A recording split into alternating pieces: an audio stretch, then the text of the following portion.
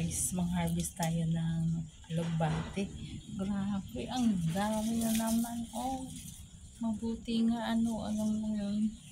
Kasi yung mga puno namin doon pinatanggal ng amo ko. Pati mga bulaklak ko pinagtapon. Kaya nawala na akong kana magbubunot, mag-aayos doon sa kabila. Buti hindi ito tinapon yan kasi ang hahaba. Yan, mag-harvest ako. Bibigay ko sa bahay, guys. Yan. Kasi, hindi na. Grabe ang haba. Ang lalaki ng mga dahon. Grabe,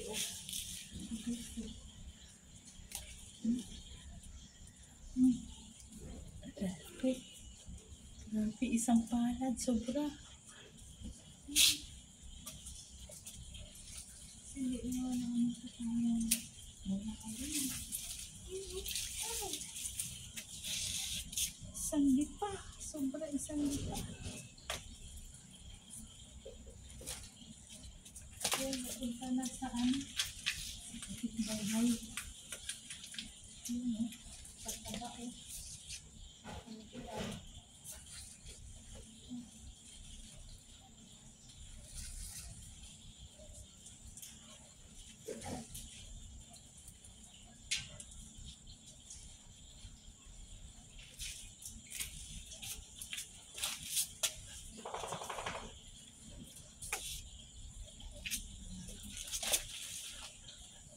Dadaan ko din.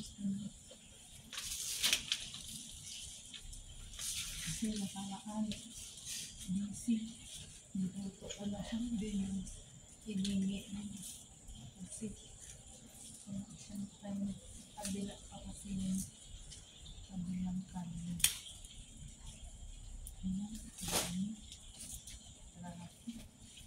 Oh! Nakahaba talaga. Sarap to guys sa sa munggo. Pero masarap to gisahin lang sa bawang. Ang butong-butong nito.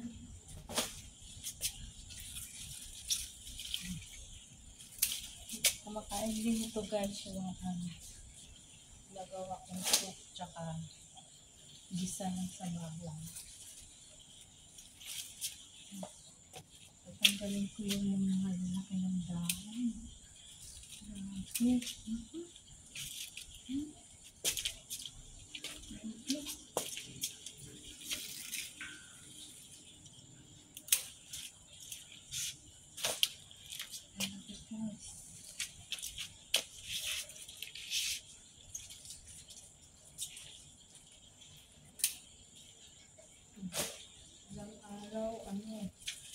Ilang araw lang, akala na naman ito, tutubok. Malaki ng dahon.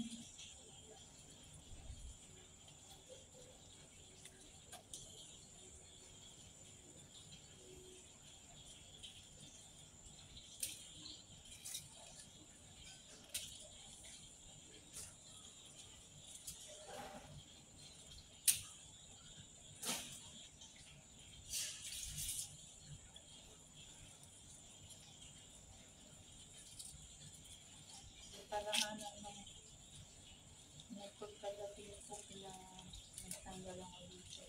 Nagdala ko sa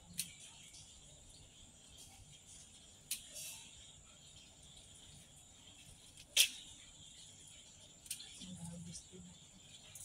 Hindi mo pinasok.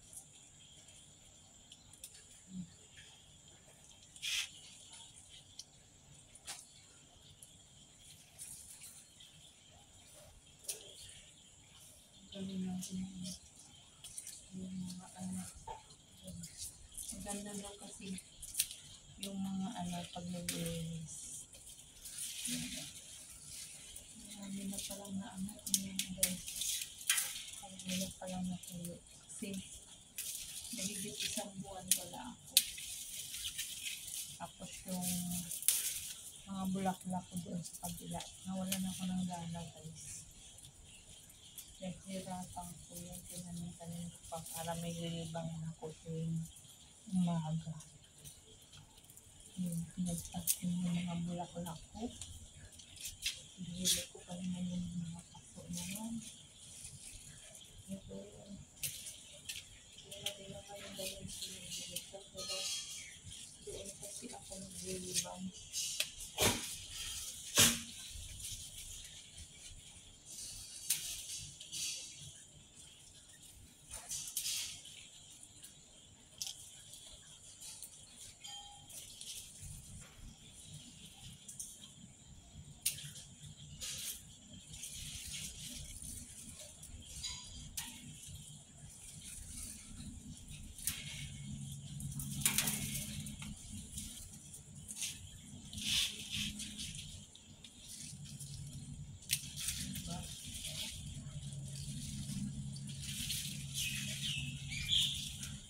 Ayun sa kabila kasi lalabas sa bibila ko lang ang pinapay.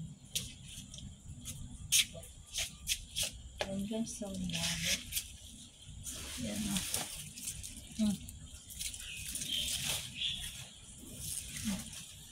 Ang haba o. So, grabe.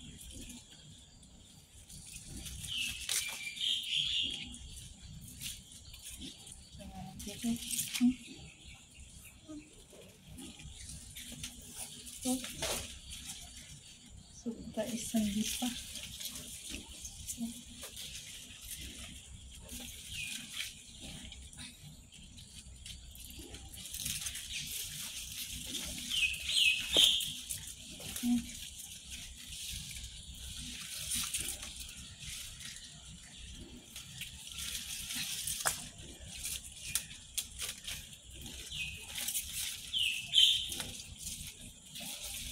Oh.